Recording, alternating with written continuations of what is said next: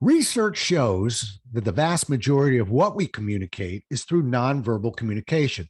Now, learning to decode that can reveal the thoughts and feelings behind someone's words, including deception, connection, nervousness, and confidence, to mention a few.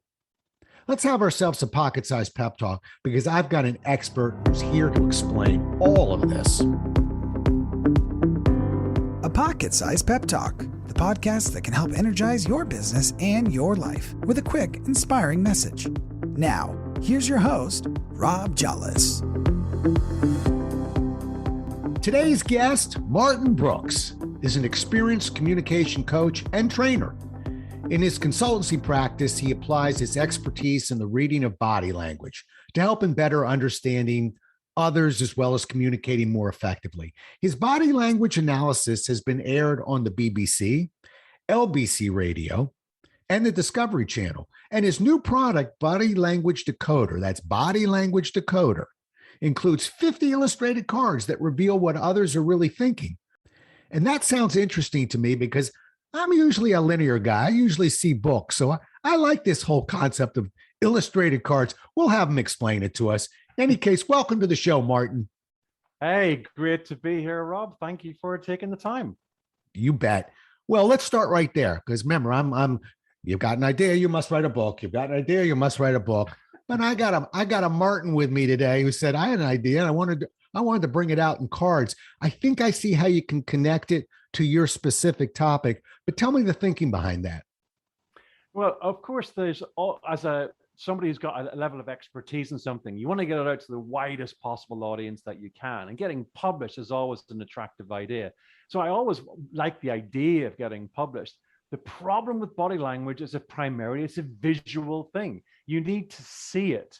So when the publishers first approached me just over a year ago and said, hey, we've got this concept of a card deck where the card, half of it would be an illustration describing something. And these cards are probably about 30 to 40% bigger than a card and you have in like a deck of cards, playing cards.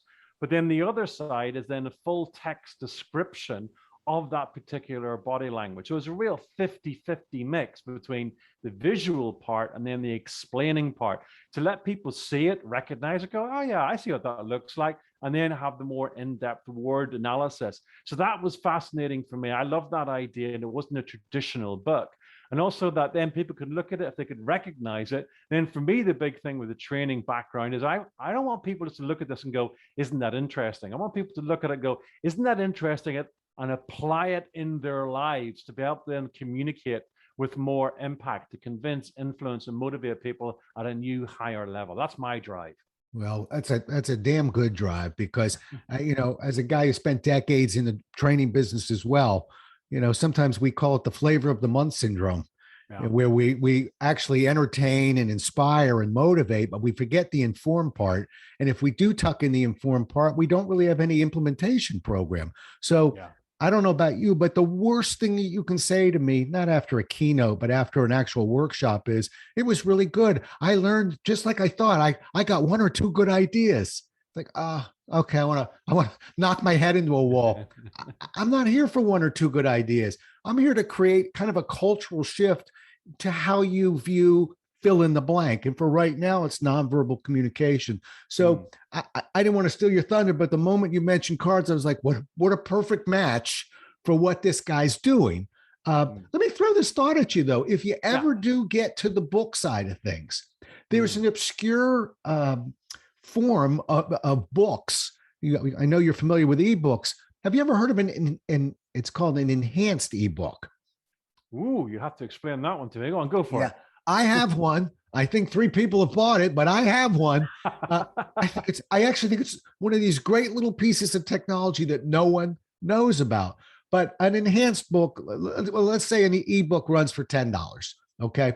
Or a certain number of pounds. I don't know how to convert that. What is it, 9 1/4? All right, but okay. I'm just trying to work with you here. But so an enhanced ebook would cost about 20% more. Let's make it $12. But what it does is it takes advantage of the technology while you're downloading this, we're going to give you 20, I think it's no less than 24, no more than 26 minutes of video that's worked into the book itself. Now, for some people, and I think one of the reasons why the technology doesn't do well is because a lot of authors will do an enhanced ebook. They'll write a book and then the video is them talking more about the book. Well, why don't you just write that in the book?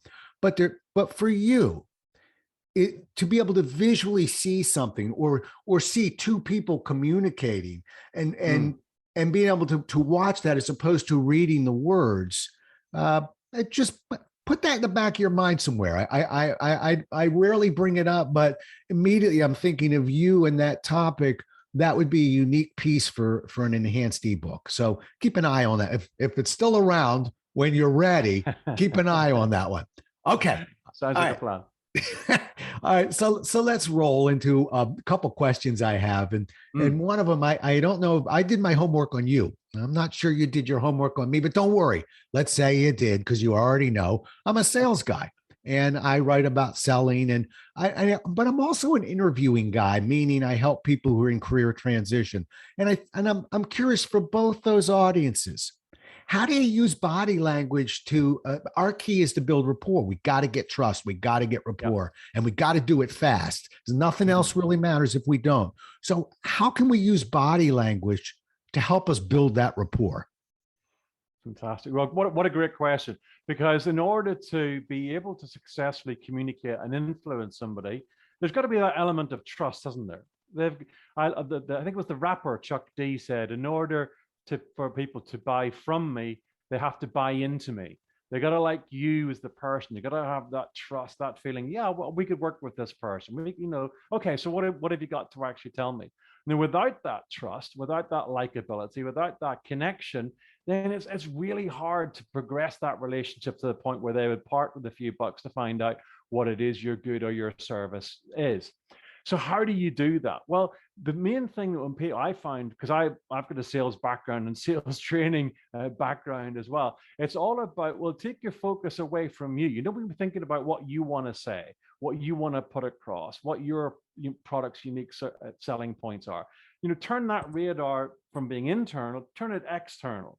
What's the client's interest? What are their issues? What problems of theirs can you solve? What unfulfilled desires of theirs can you say, hey, have we got the product for you? So that's about asking better questions, but it's also about paying attention to the responses and how responsive people are. Where do they light up? I've often seen people make the mistake with, I've got my script that starts here and it finishes there.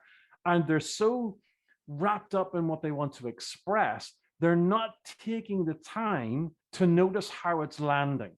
Now, whether that's landing positively or negatively. So just paying attention to what the other person is actually expressing, then can tell you, well, actually, let's just maybe deviate, because that seemed to hit a button or that seemed to gain resistance. Now, in either point in time, you can either stop and ask a question or pivot within your own mind and decide that you want to do something else.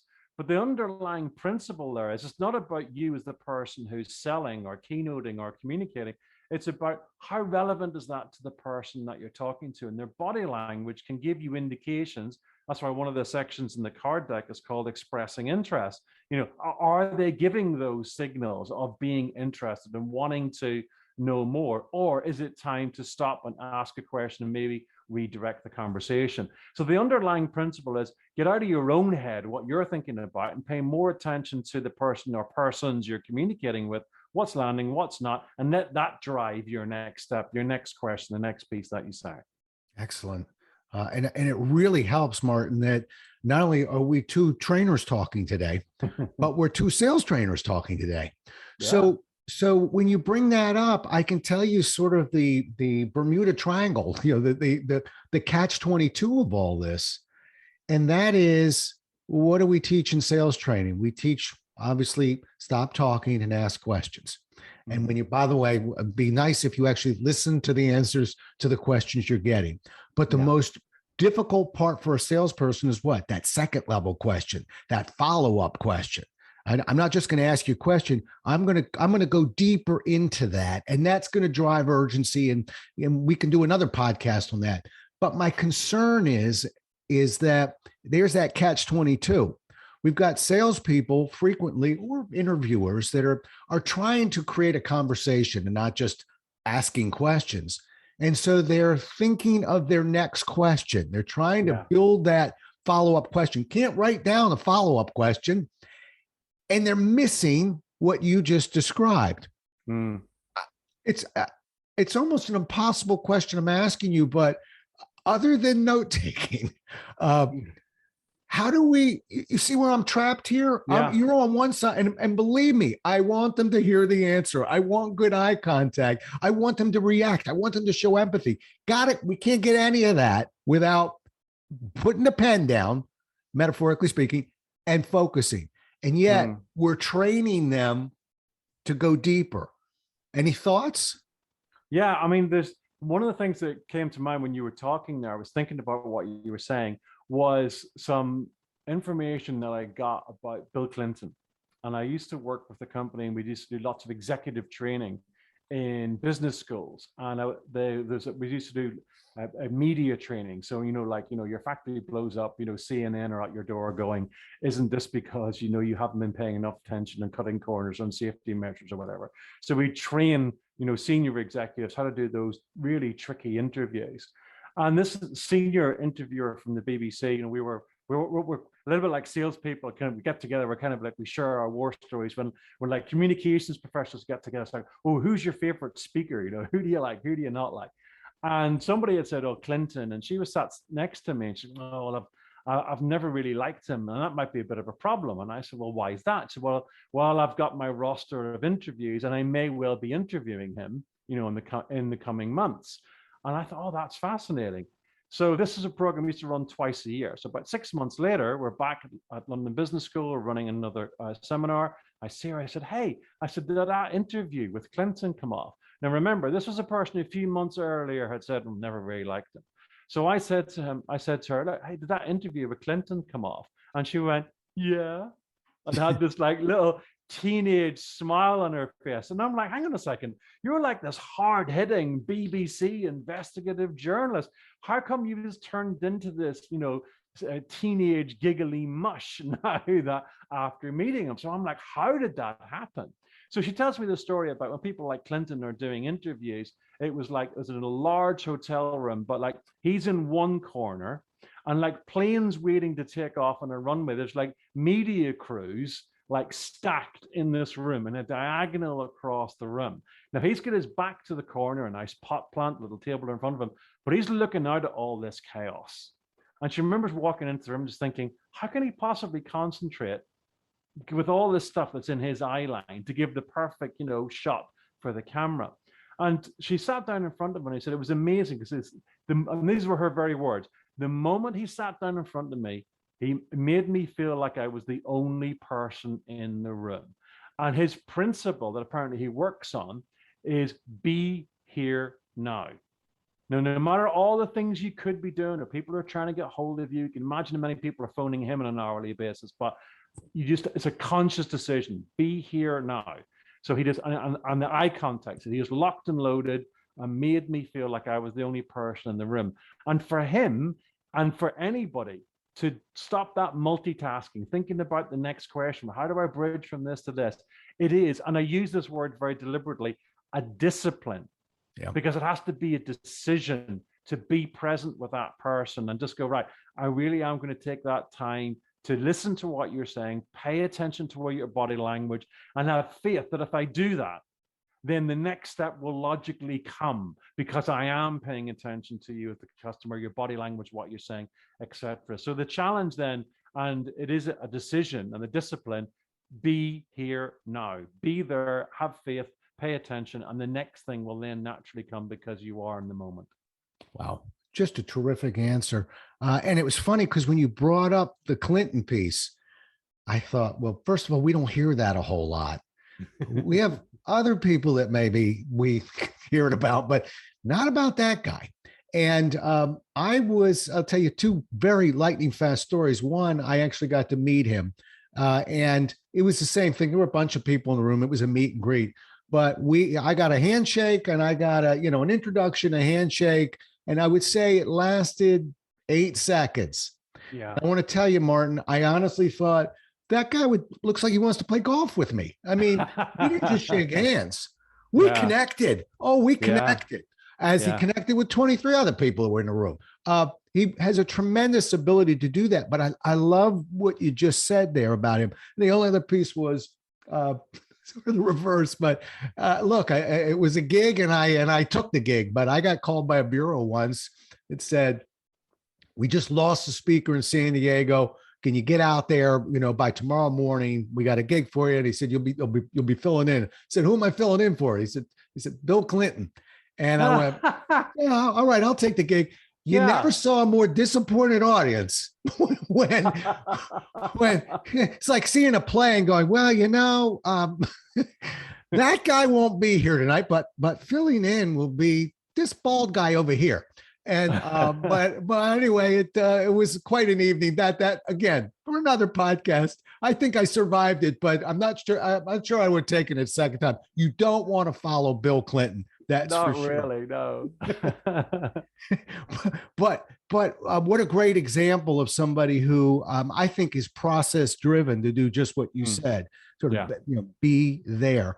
That's what we have to do. The only other note I took while you're talking was sometimes we just have to sort of trust ourselves a little bit more, and that it's okay. We'll, lock in.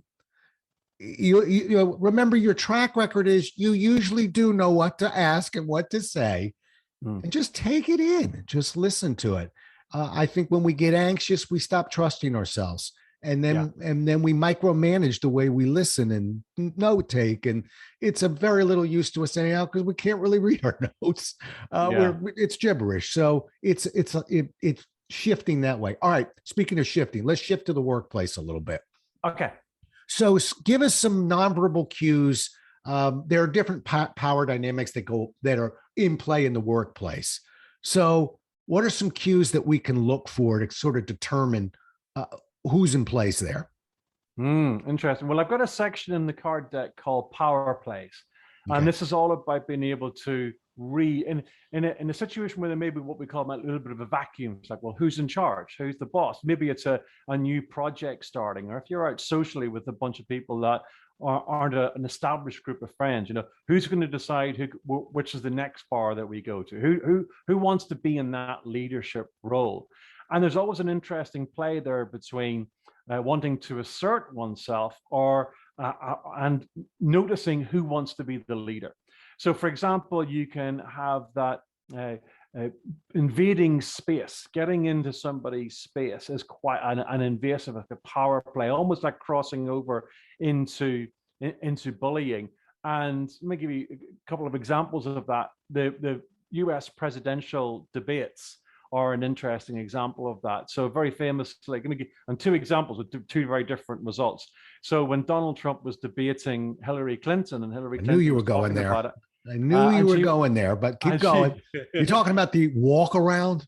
Yeah. And she said that she would be trying to hold herself. And we're talking about focus a second ago, trying to, compose herself, but could sense that the Donald was coming into her space and was following her around the stage as she was trying to converse with people and answer their questions. And she talked about how that kind of made her skin crawl. But it was just getting inside her bubble and unsettling her, because that was a power play. He was doing that. And interestingly, the last time I'd see that done, it was Al Gore trying to do it to George Bush. And Gore was following Bush around, but Bush had a very different strategy. He turned around. Now, Gore is quite tall. I think he's good 3-4 inches taller than George W. Bush. And Bush just turned around and looked at him, almost to say, like, "I know what you're doing," kind of nodded at him, said, "Yeah, I know what you're up to. Now, back off."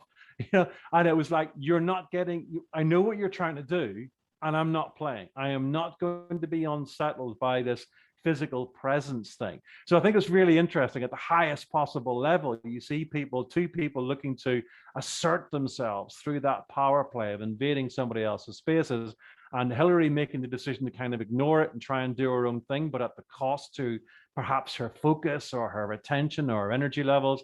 And George W. Bush just turned into Al Gore going, "I know exactly what you're doing, and I'm not playing, and it's not going to work. So that's what we call space invading. That's one example of that we call the power play, recognizing who wants to take charge, who wants to be the boss, who wants to be at the forefront of it, because it's not always people's job titles that decide the power. Right. That's really interesting you bring that up. And I remember both debates, and I remember exactly what you're saying. And I do remember that Bush, it was perfect because he actually didn't just turn around. He had kind of a smirk. Yeah. Yeah. It wasn't a concerned look. It wasn't you're making me nervous. It was like, what the heck do you think you're doing? Yeah. And it to me, I would have been embarrassed if I were Gore. But I read an article from Hillary, and I really felt for Hillary because Hillary was bound, as a woman in my country, and we still don't have our first female president. There are so many other rules and stipulations and social codes, and she did not want. She wanted to just turn around and belt them, or at least turn around and say something to him. And if a man does that to a man, well, we have a certain reaction. There's a guy taking care of business. Yeah. Okay. But when a woman does that to a man, well, we can label them in certain ways. I have a clean show. So, but we're not fair. And so Hillary sort of weighed all that out and realized either way, I'm going to be in trouble. I'm going to try and ignore it. And, but it was interesting and she was talking about that the next morning. It's not like she rewrote history. She knew exactly what was going on. She just didn't really, because of our social norms, they're a little bit changed in that way. I really felt for her, but that's another story. Give me one more. Okay. So we got the physical presence. Give me one more. Yeah, so another one I think is always really fascinating to watch is what we call the last touch. So this is like where you see people and they would shake hands, but then once they've shaken hands, and then they kind of go, well, we'll see you again, and like they touch the other person. And this to me goes back to that childhood game of tag. Remember you played tag as a kid, you touch, you go, you're it, and then that person is it, and they've got to try and catch somebody else and touch them. And to see world leaders playing tag on, at G7 meetings or, United Nations meetings or whatever. And again, another presidential debate was between Obama and Romney. And if you watch that at the end of it, I think they touch each other about 9 times in the space of about 5 seconds. So they shake hands, pat, pat, pat, pat, pat, pat, pat. And then Romney kind of does a pat, and then turns to walk away. But as he turns, Obama just catches him on the back. Bap, no, you're it. And it's just fascinating. Again, at the highest possible level, this power play, because there's that unconscious thing between on stage, I want to look like the leader. I want to look like the person in charge. And the person who gets the last touch in, they're in charge. And it's like fascinating. Here are two men vying to be the leaders of the free world, and they're playing tag. They're playing a playground childhood game. It was just absolutely fascinating just watching that play out. Oh, that's really interesting. And I never miss a debate, and I'm playing that out in my head. You're absolutely right.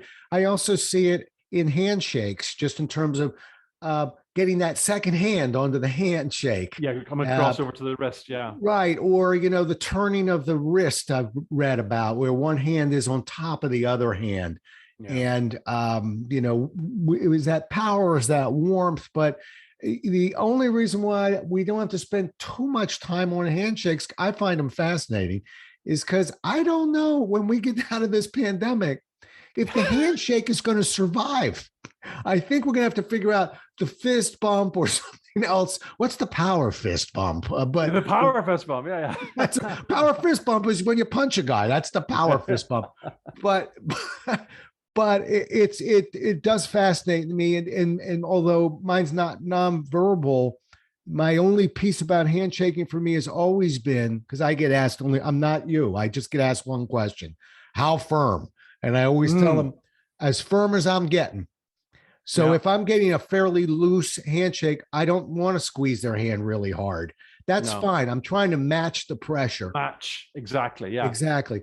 But and it's always worked well for me. So if I get a real hard handshake, all right, buddy, I'm going to grab your hand and really wrestle it for you. But I really am wondering in 10 years when we go, hey, remember that thing called, what was it? A hand shook? I thought hand, what was it? Yeah. A hand nose. It was something like there was a shaking going on. But I don't know. All right. Let's move to this one real fast. And we're coming down the home stretch. I like to think that I communicate with passion. And but I might be, and let's give that one to me. But I might be what we call an unconscious competent, meaning it's just the way I was raised. It's just sort of who I am. But we're trying to help others that are, again, in that interview, we're in front of that client is saying, can we trust you, or will this product really work? I get the words. I'm looking for the tune a little bit. So I think the way we say it's going to be important, but I think our nonverbals are important. I just don't know which ones to cue into there. So how do we communicate passion? Yeah. Well, there's a card in the card deck called animation. This is all about using your hands to bring that energy, show that passion. I mean, literally show it so the other person can see it. Now, even if that's on a Zoom call or in face-to-face, it's the same thing. So let me say two things on this. The first of all, there's a fascinating study done at Erasmus University in Rotterdam in Holland. And what they basically did was they brought some actors in and they gave them a script as if they were entrepreneurs and they were pitching to investors. And they said to them, look, okay, so here's your script, go for that. But what we want to do is we want to keep your body language pretty muted, so tone down your gestures and your face expressions and everything else. The great thing about actors is they can turn it down or they can turn it up, so they just take directions. So turn it right down. Do your pitch to these investors. Now, these were genuine investors they brought in for this experiment. They weren't clued into what was happening. I thought they were talking to real entrepreneurs. Then they took the same actors, same script, got them to pitch to a second set of investors and said, right, this time, go for it. Be expressive. If you feel there's a gesture that goes with that, do that. So if you want to say, well, let's put it in and make a cup with one hand and place it in with your other hand, go for it. Illustrate that. Use your body language as effectively as you feel with the script. So of course, actors, they go off, they do that thing. So then they came to the investors afterwards. And remember, the investors have no idea what's going on. And they said to the investors who got the group who weren't gesturing, they said, hey, how likely are you to invest in this particular product, having seen that pitch? And then they asked the investors again, now what about these folks over here? How likely are you to invest in this product? Now remember, it's the same product, same people. Same pitch, got it. So we get that baseline.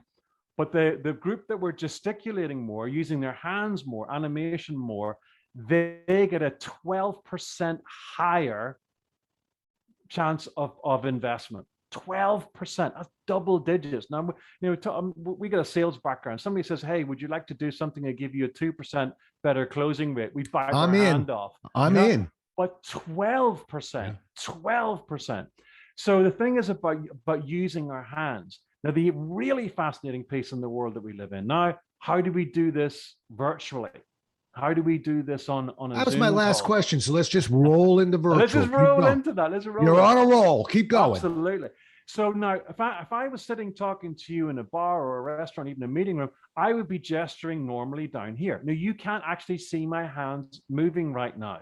So in this environment, we need to make a conscious decision to bring our hands up into view so they can be in view. Now, you can't do this. Now, I know your listeners may have to use their imagination, but if I move closer to the screen and now I'm gesticulating, that's really offensive. It's in your face. It's too much. So you need to get your environment right. Sit far enough back from the screen so you can gesticulate, but you do need to raise your hands up so they're visible. Now, again, like Clinton's decision to be here now, this has to be a conscious decision. You got to decide, right, virtual call, different environment, different rules apply, therefore I need to bring my hands up. So your animation, I've got the card called animation, and that is a signal of conviction. When people move their body language, we believe them more. Now, imagine you're pitching you're going for an interview on Zoom, and you've got really good content, but the interviewer can't see your hands at all. and you're followed by somebody and they say, yeah, this person looks good on paper too. They look about the same. And this person then going, well, I used to do that. Now I'm doing this. And they're using their hands more. They're just going to go, this person, let's hire them, because there's that differentiation. They can literally see the conviction because of that gesticulation and using gestures. And that's why I've got the card called animation, using your hand, and why it's so important in this age where we're doing so much of our communication over computers. But naturally, we gesture down here off screen. So it has to be a conscious decision to bring our hands up and gesticulate up here. And we look at that HBR. That article was published in the Harvard Business Review about the study in Erasmus University. Just remember that figure, 12% more likely to invest. You don't want to miss out on that. Wow. Well, I don't know if these are nonverbals, but I'm going to throw a couple back at you, because obviously as trainers, we've had to learn one way or the other through trial and error or through reading some good articles. But I'll tell you a few things that I do. One, love it. I want everybody to hear what you do. Remember what you just heard. Your normal hand gestures will not be seen. So you've got to get them up. But one thing that I've done, even in this podcast and every podcast I have, is I'm standing. And I have a sit stand option here. So I didn't replace my furniture, just replace something for my computer and system. So one, for me, it helps to get up because I can do what you just told me. I can back up a little bit. But I got to make sure I've got my mic with me. So again, sometimes these aren't nonverbals. I'm supporting what you said with some equipment, which is be prepared that you may have to get a swing arm or something to move your mic back with you a little bit. So I can pull back right now. I've taken a few steps back, but my voice isn't changing. Now I'm coming forward. I'll bring it forward. So obviously we can use a headset too, and then we don't have to worry about the swing arm.